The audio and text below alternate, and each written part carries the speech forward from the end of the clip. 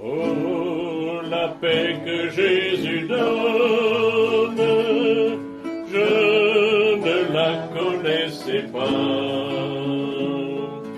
Tout sur mon chemin rayonne, depuis qu'il conduit mes pas. Un chrétien je croyais être, mais j'ignorais le bonheur que Jésus, mon divin maître, vient d'apporter dans un cœur. Oh, la paix que Jésus donne, je ne la connaissais pas. Tout sur mon chemin rayonne, depuis qu'il conduit mes pas.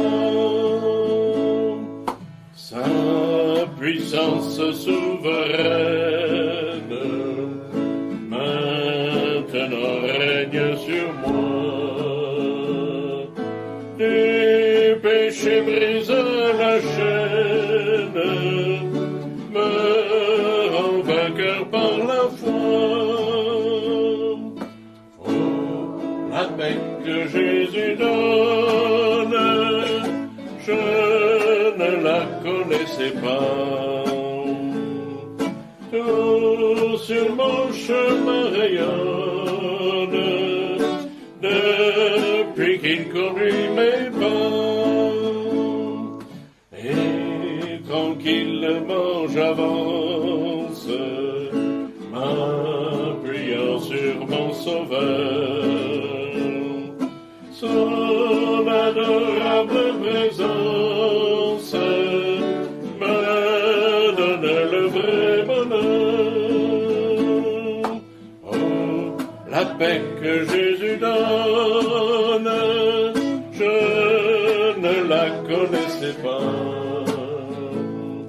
Tout sur mon chemin rayonne, depuis qu'il conduit mes pas.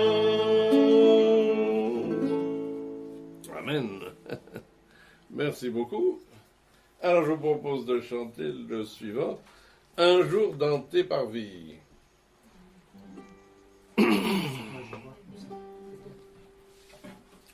Alors on remercie le jeune homme Clément, comme Clément d'Alexandrie, qui nous fait la projection, et notre guitariste Stéphane et Patrick.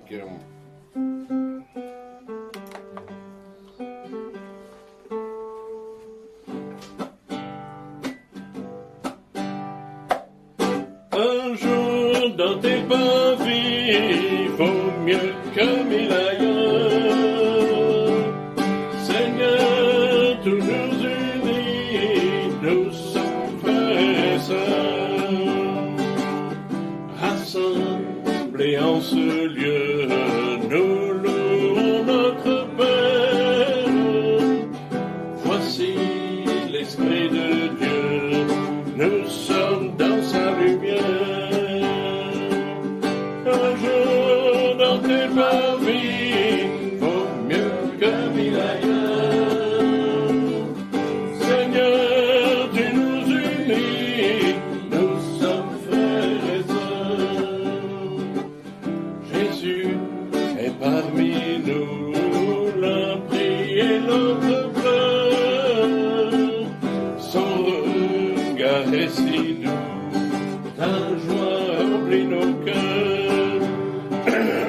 Un jour dans ses parvis, vaut mieux que mille ailleurs. Seigneur, tu nous unis, nous sommes frères et sœurs. Bientôt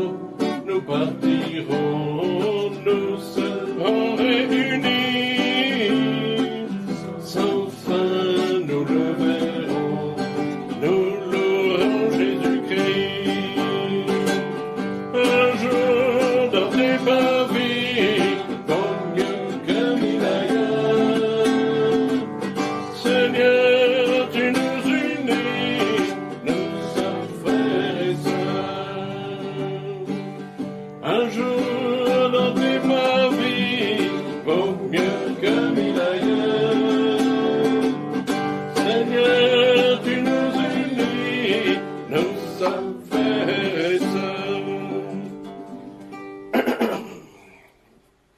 Et maintenant, un chant des années 70, Quand j'ai vu tes mains, de Philippe Chanson. Il y est, mais sans les... Ouais, ouais.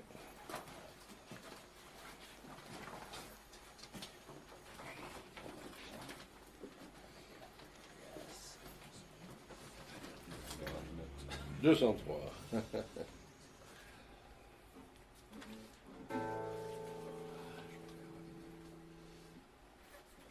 Si on est en vrai.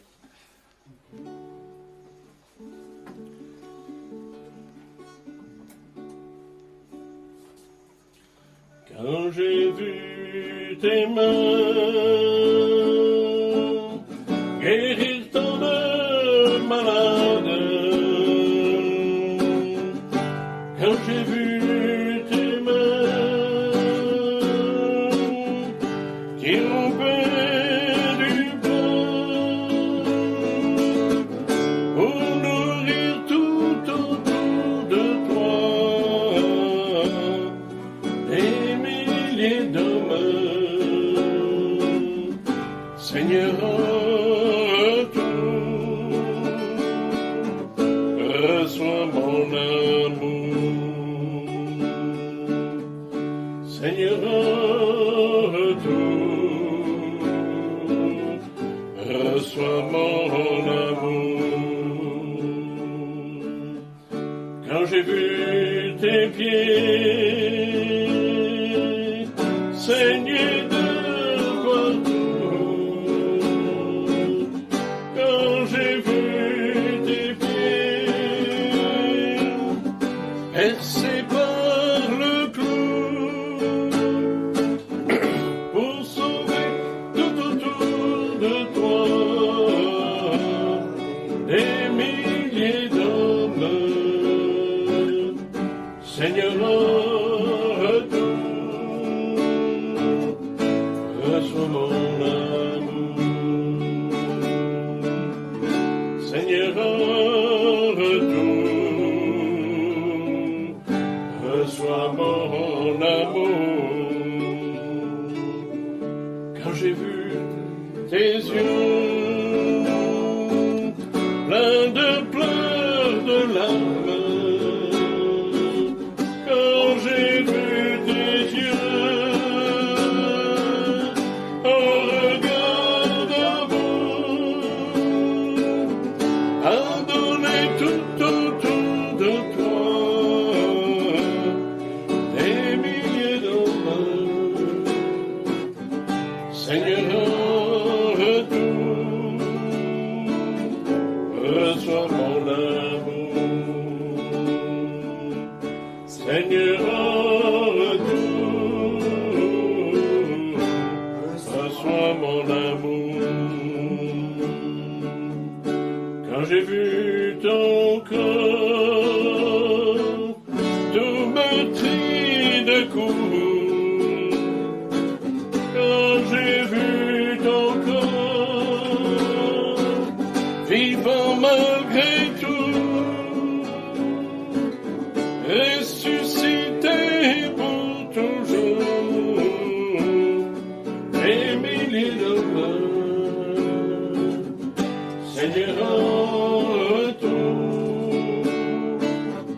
reçois mon amour. Seigneur, reçois mon amour. Amen. Et le nom de ce compositeur est facile à se rappeler, il s'appelle Philippe Chanson. Voilà. Et c'est dans des années 70, et il a accompagné, j'avais des enregistrements des prédicateurs comme Fernand Legrand, qui faisait des campagnes d'évangélisation en Suisse et en France, et donc interprétant ces chants.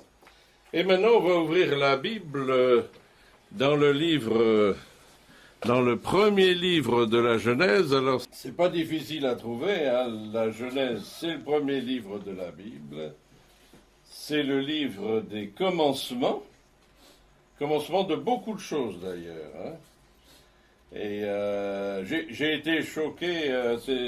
C'est pas pour ça que j'ai ouvert, que j'ai choisi ce thème, hein, de la création.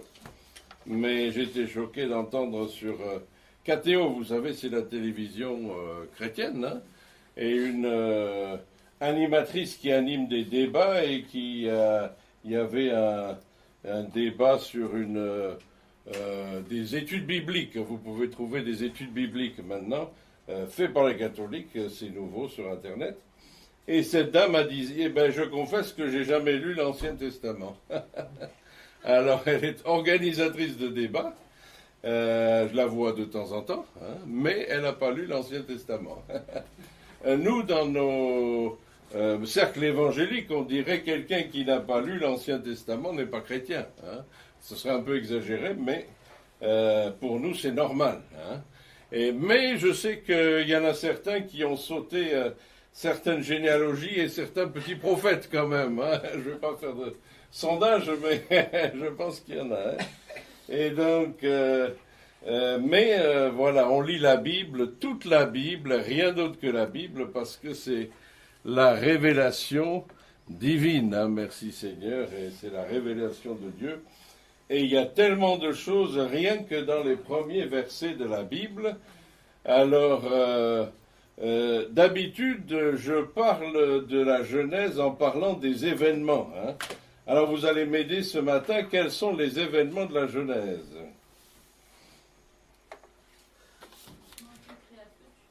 Alors, voilà, premièrement, la création. Ensuite, qu'est-ce qu'il y a eu?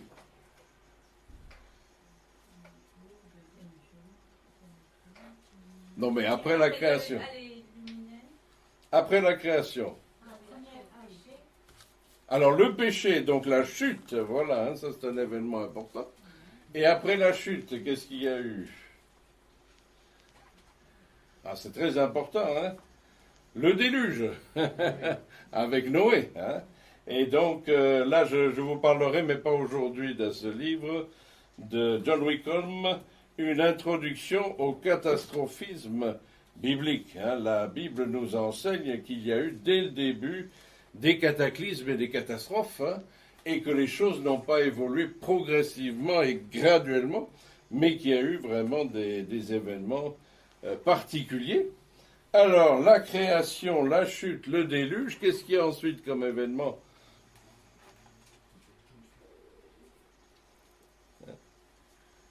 Eh bien, Abraham, hein, la venue d'Abraham qui a suivi le Seigneur jusque dans la terre promise, et ensuite les fils d'Abraham, Isaac, Jacob, Joseph, ils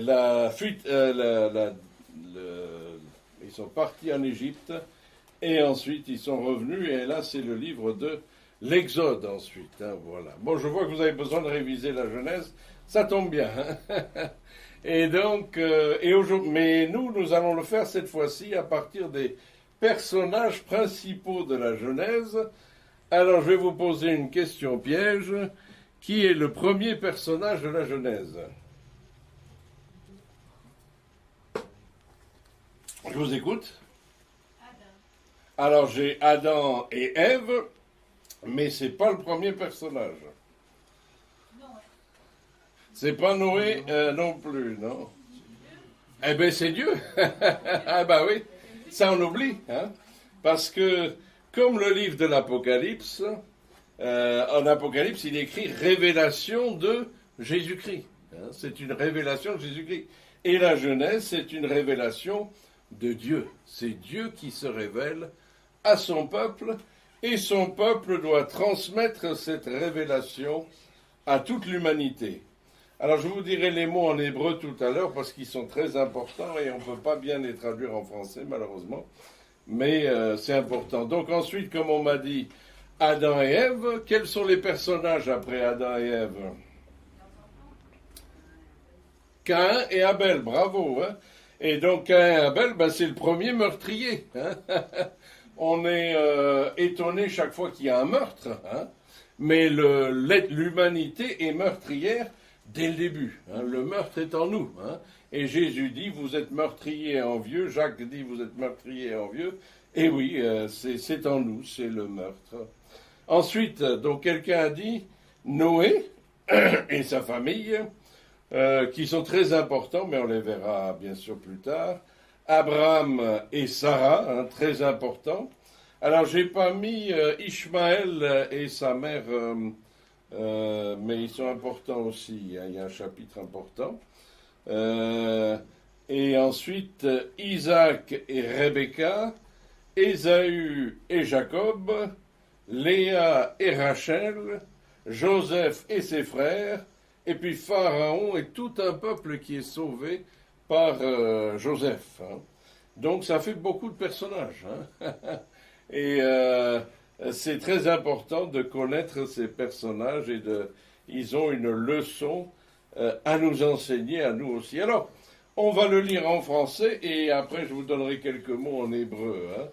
Au commencement, Dieu créa les cieux et la terre. La terre était informe et vide et il y avait des ténèbres à la surface de l'abîme. L'Esprit de Dieu se mouvait au-dessus des eaux. Et Dieu dit que la lumière soit, et la lumière fut. Dieu vit que la lumière était bonne, et Dieu sépara la lumière d'avec les ténèbres. Dieu appela la lumière jour et les ténèbres nuit. Ainsi il y eut un soir et un matin, et ce fut le premier jour. Voilà. Donc, on voit qu'à l'origine, hein, il y avait Dieu. Alors ici, on voit que les mains, parce qu'évidemment, on ne peut pas représenter Dieu, il est tellement extraordinaire. Mais le mot « au commencement », en hébreu, c'est en quelque sorte un seul mot, « Bereshit », qui veut dire « le commencement », et qui en grec est « Genesis », et c'est pour ça que la Bible s'appelle la Genèse, hein, parce que c'est le commencement. Et en hébreu, pour les Juifs, le livre de la Genèse s'appelle Bereshit, le livre des commencements. Alors ensuite, Dieu. Alors, quel est le mot Dieu en hébreu?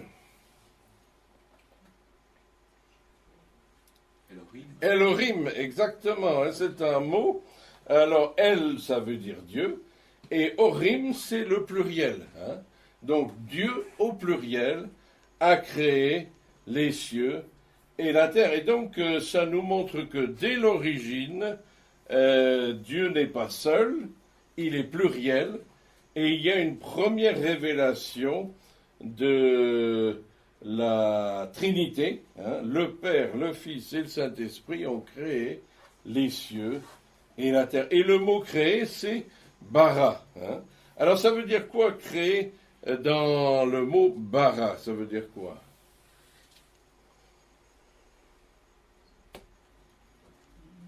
Ça veut dire faire à partir du néant, faire à partir de rien. Hein. Alors qu'aujourd'hui, il y a plein de gens qui se disent créateurs.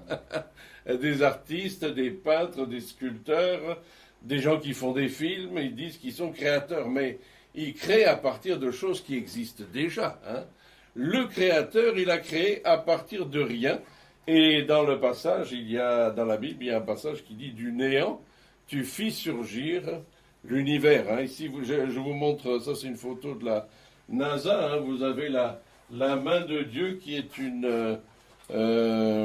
un pulsar, hein, et qui ressemble à la main de Dieu, évidemment, qui jette les étoiles dans l'univers. Hein. Et donc, au commencement, c'est Dieu, hein, Père, Fils et Saint-Esprit qui créent la terre. Les cieux et la terre, non pas seulement la terre, hein, tout ce qu'il y a autour. Et la terre était informe et vide. Alors c'est quoi ce mot informe et vide? Voilà. Tohu va bohu. Hein? Et donc c'est un peu comme une chambre d'adolescent. Hein? Un désordre complet. Hein? Mais Dieu, de tout cela, il en ressort de l'ordre et de l'harmonie. Et la première chose qu'il a créée d'abord, il y avait des ténèbres à la surface de l'abîme, et l'Esprit de Dieu se mouvait au-dessus des eaux. Donc je vous dis, la Trinité, dès le début, il y a le Père et le Saint-Esprit. Et plus loin dans la Bible, il est dit que le Fils jouait au-dessus des planètes. Et donc, l'Esprit de Dieu se mouvait par-dessus les eaux en préparation de la création. Et donc, quelle est la première chose que Dieu a créée? La lumière, que la lumière soit.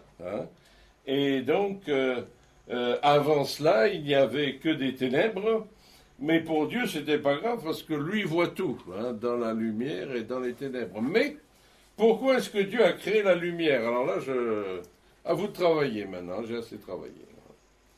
Pourquoi est-ce que Dieu a créé la lumière? Oui, mais c'est pas la raison principale. Et oui, c'est pour nous.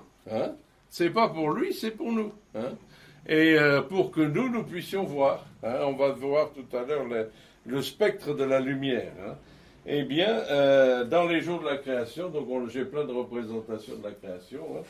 Le premier jour, c'est simplement la lumière. Vous voyez ici, la lumière a été créée, que la lumière soit, et la lumière fut.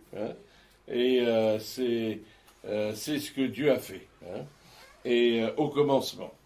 Et ces quelques versets que vous lisez là, vous les retrouvez dans deux autres livres de la Bible, quasiment les mêmes. Où est-ce que vous les retrouvez, ces versets? Pas en Ésaïe. Jean, voilà. Évangile de Jean et première épître de Jean. Il a fait exprès.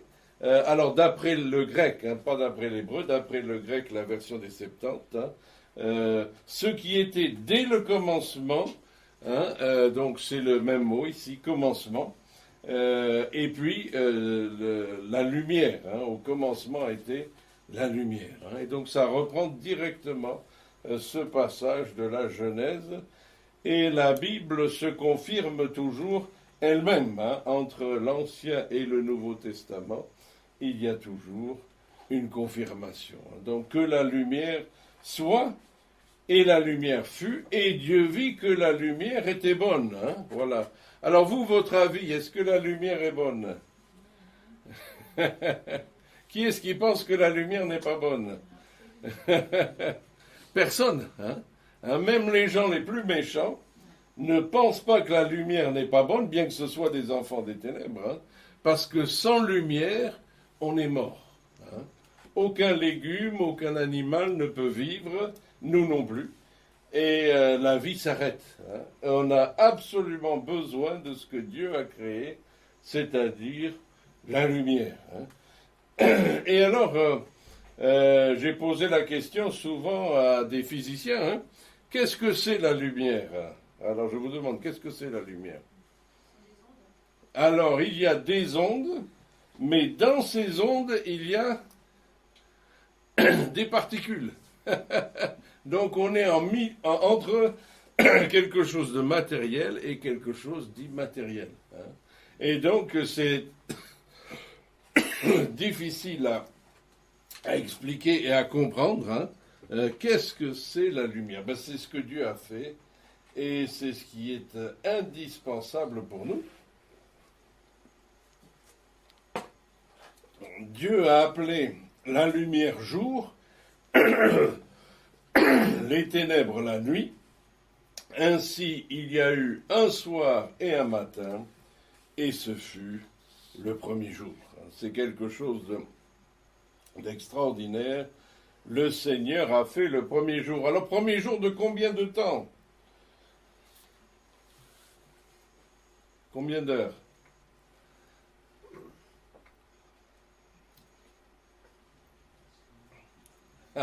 Personne ne répond là. Hein. Alors, d'après le texte, hein, l'hébreu, c'est un jour de 24 heures. Hein. Mais certains disent oui, mais on va mettre les aires géologiques là-dedans. Hein.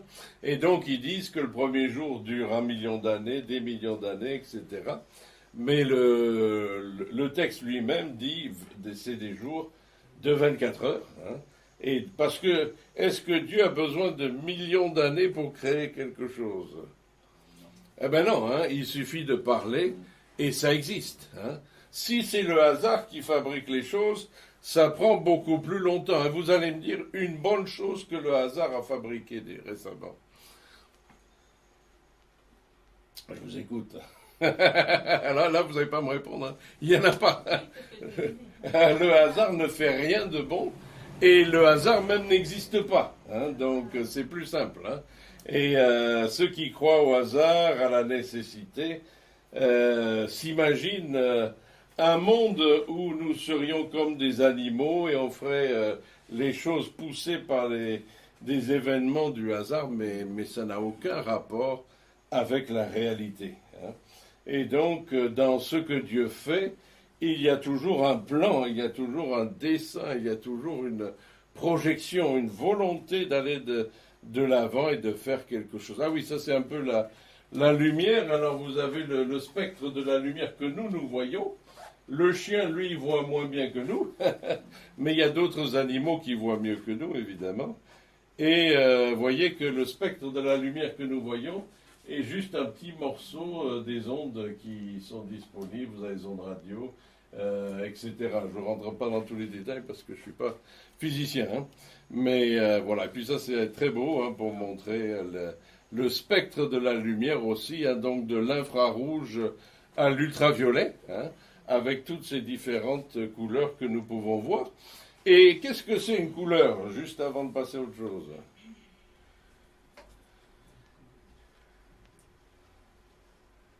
Qu'est-ce que c'est une couleur?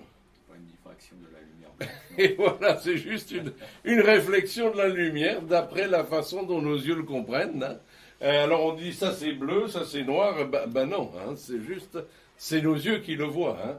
Un autre animal, un cheval, un chien ne le voit pas du tout de la même façon. Et puis il y a même des hommes hein, qui sont daltoniens, hein, donc qui inversent les couleurs. Hein. C'est juste une illusion.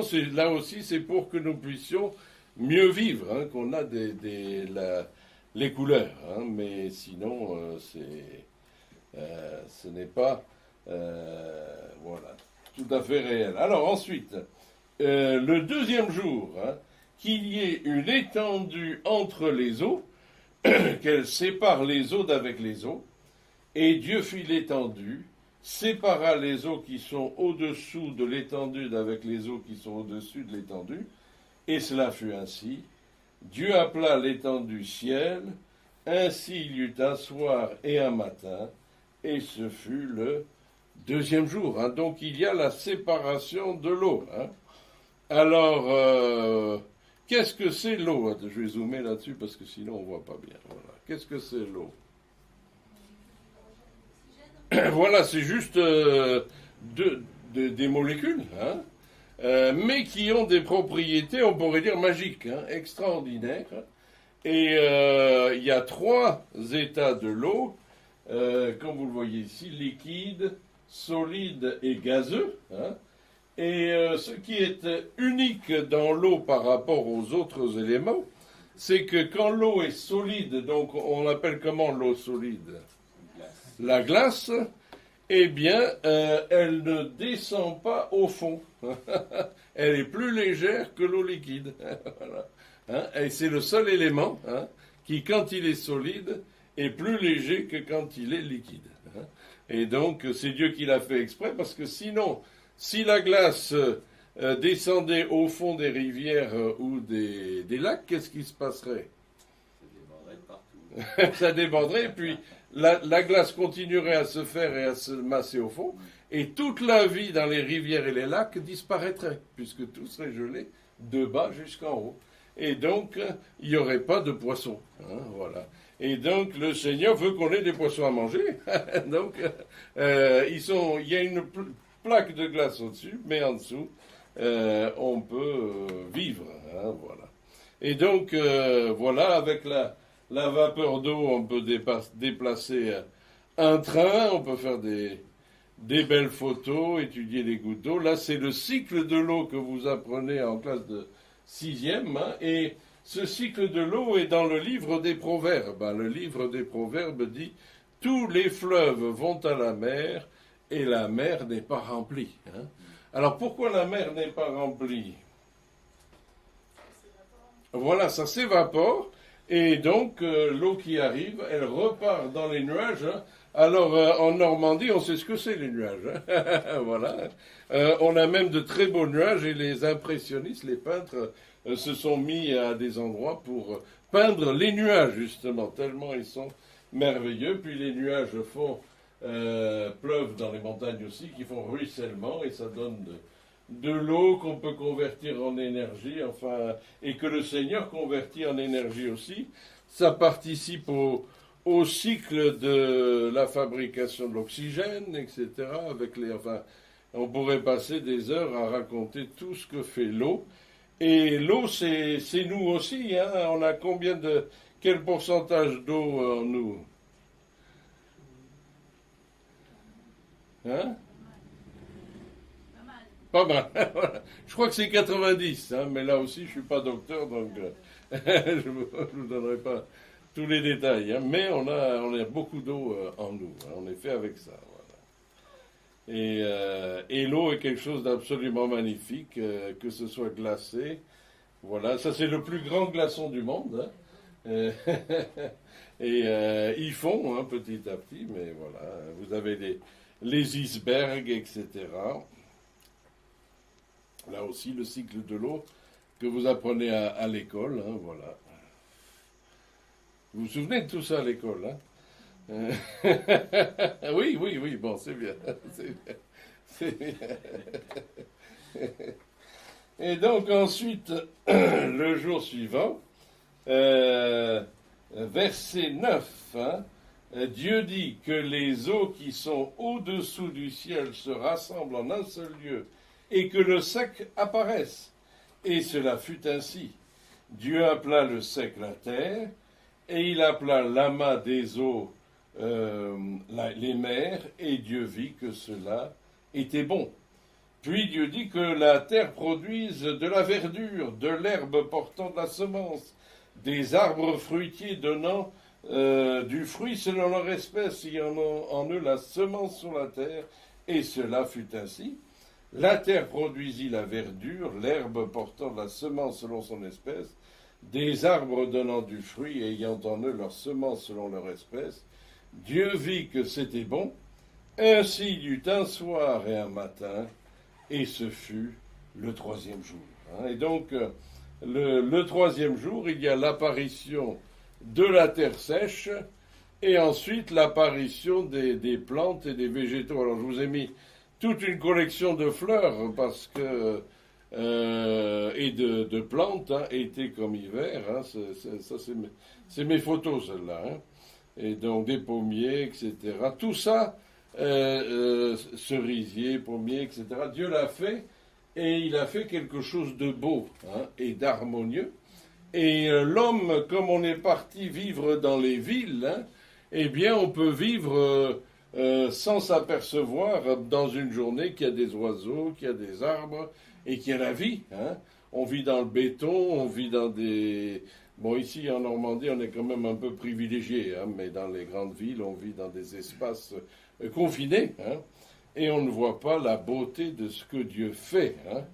Et ce qu'il fait, c'est vraiment extraordinaire, hein, et c'est sans limite, hein, c'est d'une variété incroyable, hein, et dans chacune de ces feuilles, hein, vous avez des nervures et plein de choses c'est une usine, hein, une feuille c'est une usine qui fabrique plusieurs choses, hein, je ne vous donnerai pas tous les détails parce que c'est votre cours de sixième, vous vous souvenez de tout, et puis il y a les fruits et tout ça que Dieu donne, hein, les pommes pour nous, hein, et donc voilà, ce que Dieu fait hein, et qui est merveilleux. Hein. Même les abeilles remercient le Seigneur de ce qu'il leur a fait pour eux.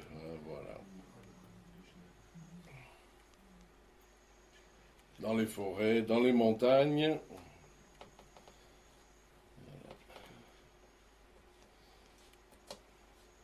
Même cette fleur spéciale qui s'appelle la fleur de la passion. Et même en Normandie, il y a des gens qui arrivent quand même à avoir des petits fruits de la passion à partir de ces fleurs. Et cette fleur est spéciale puisqu'elle a trois, je ne sais même pas comment ça s'appelle, là, étamines, je crois, et qui ressemble aux trois clous. Et puis la corolle autour fait penser à la couronne d'épines, et donc c'est pour ça qu'on l'appelle la fleur de la passion. Voilà. Et donc, même ça, c'est une évocation du sacrifice du Seigneur. Voilà. Digital. Hortensia. Plein d'arbres de couleurs différentes. C'est bientôt l'automne. On va pouvoir profiter de la beauté de ces arbres, des fleurs. C'est en Afrique, des plantes. Voilà, ça c'est. Alors qu'est-ce que c'est ces arbres? Je vous écoute. C'est en Afrique, au Tchad. Des manguiers. Donc vous plantez un manguier et 30 ans plus tard, ça devient un arbre gigantesque. Et les enfants montent dedans et ils trouvent des mangues partout là-dedans. Et c'est un régal tout à fait délicieux. Voilà, au mois d'avril. Et ici, du blé.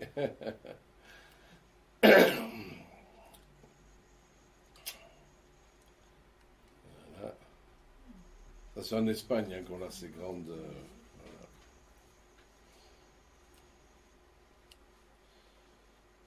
Voilà. Les châtaignes et les moutons.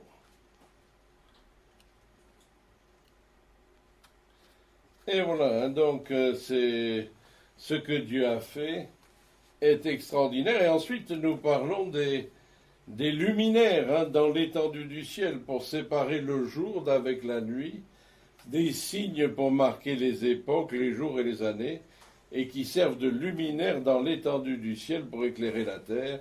Et cela fut ainsi.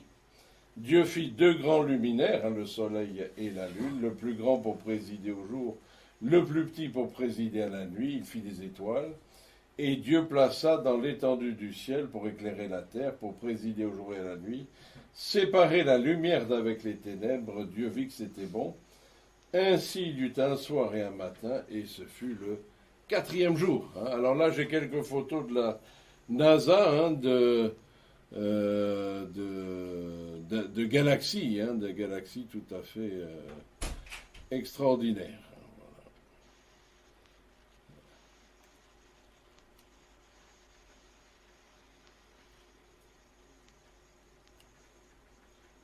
Et Dieu a fait ça tout pour nous, voilà.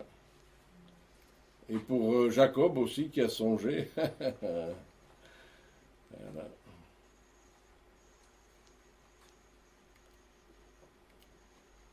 Et après les poissons. Voilà, donc c'est les luminaires pour présider au jour, présider à la nuit. Dieu a fait toutes ces choses avec merveille. Et on a notre ami Eric, celui qui est irlandais, qui aime bien regarder les étoiles. Et enfin, il y en a beaucoup qui regardent les étoiles, les galaxies, et qui voient ce qui se passe à l'extérieur de notre terre. Mais ça a été fait pour nous. Ça a été fait pour nous. Et ensuite, les eaux versées 20 ont produit des animaux vivants, des oiseaux, des grands poissons, et tout oiseau ailé selon son espèce. Et Dieu vit que cela était bon. Dieu les bénit en disant: soyez féconds, multipliez, remplissez les eaux, les mers, et que les oiseaux se multiplient sur la terre. Ainsi il y eut un soir et un matin, et ce fut le cinquième jour. Donc ça, ce sont les poissons. La plupart ne sont pas mes photos, là. Il faut être... Voilà.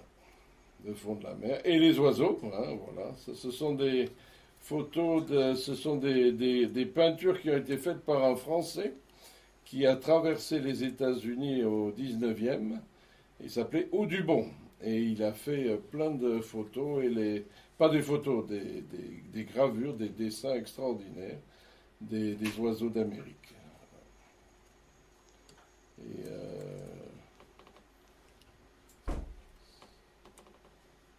c'est le plus grand peintre naturaliste d'Amérique.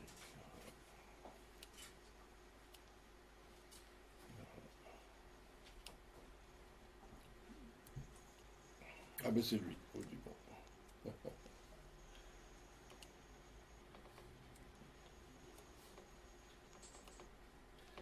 Et tout ça, c'est Dieu qui l'a fait. Voilà, il est mort en 1851.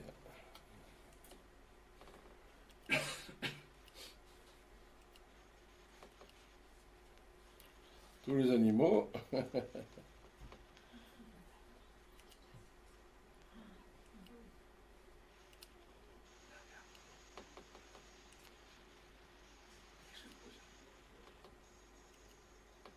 Ah, ça c'est le pochoc du Pays Basque. Une vache du Midi aussi. Des vaches d'ici.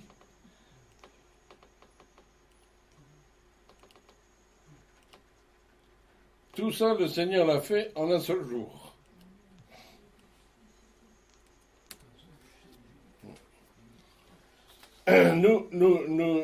L'être humain, avec toutes ses capacités, sa grandeur, hein, nous avons créé combien d'animaux en un seul jour? Aucun. Hein. On arrive à faire des hybrides pour les chiens, etc., les chats, à hybrider des espèces, pour les fleurs aussi. Hein, on arrive à faire des choses assez jolies. Mais ça prend très longtemps, hein, ça ne se fait pas en un jour. Hein. Dieu a fait ça en un seul jour. Et c'est quelque chose. Et nous ne pouvons pas créer de nouvelles espèces, nous pouvons juste faire des sous-espèces. Hein. Et donc Dieu a fait tout cela. Hein, et c'est par amour et par affection pour nous. Alors on va garder l'homme et la femme et la chute pour la prochaine fois. Et on va traduire maintenant en anglais. Et ensuite on fera la conclusion. Et pour conclure, on va dire qu'en est-il pour nous, hein, qui sommes arrivés à la fin des temps? Eh bien, nous ne sommes pas le fruit du hasard, ni d'un malencontreux accident. Vous avez été créés avec amour et avec un plan. Hein. Et beaucoup de gens, les athées, vivent comme si ils étaient un accident. Hein. Alors, si on est un accident ou si on est un animal, comment est-ce qu'on se comporte vis-à-vis des autres?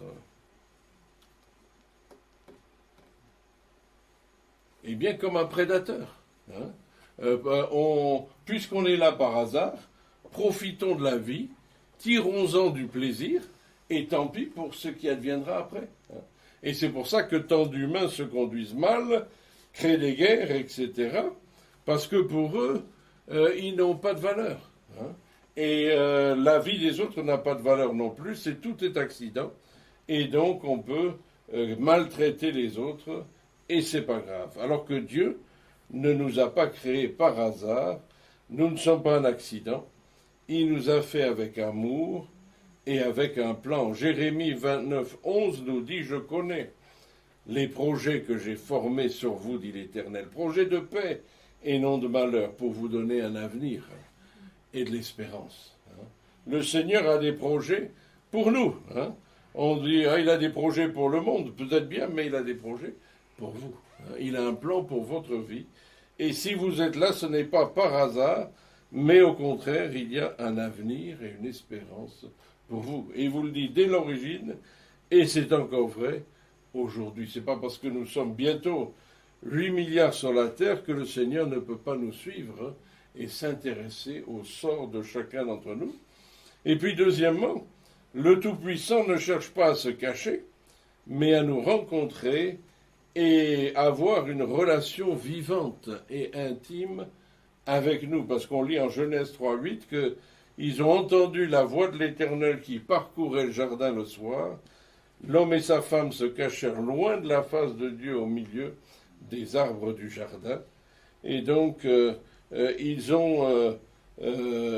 Seigneur avait l'habitude de venir le soir rencontrer l'homme et la femme, et il souhaitait avoir de la communion avec eux, mais quand ils ont péché, eh bien la communion a été brisée malheureusement.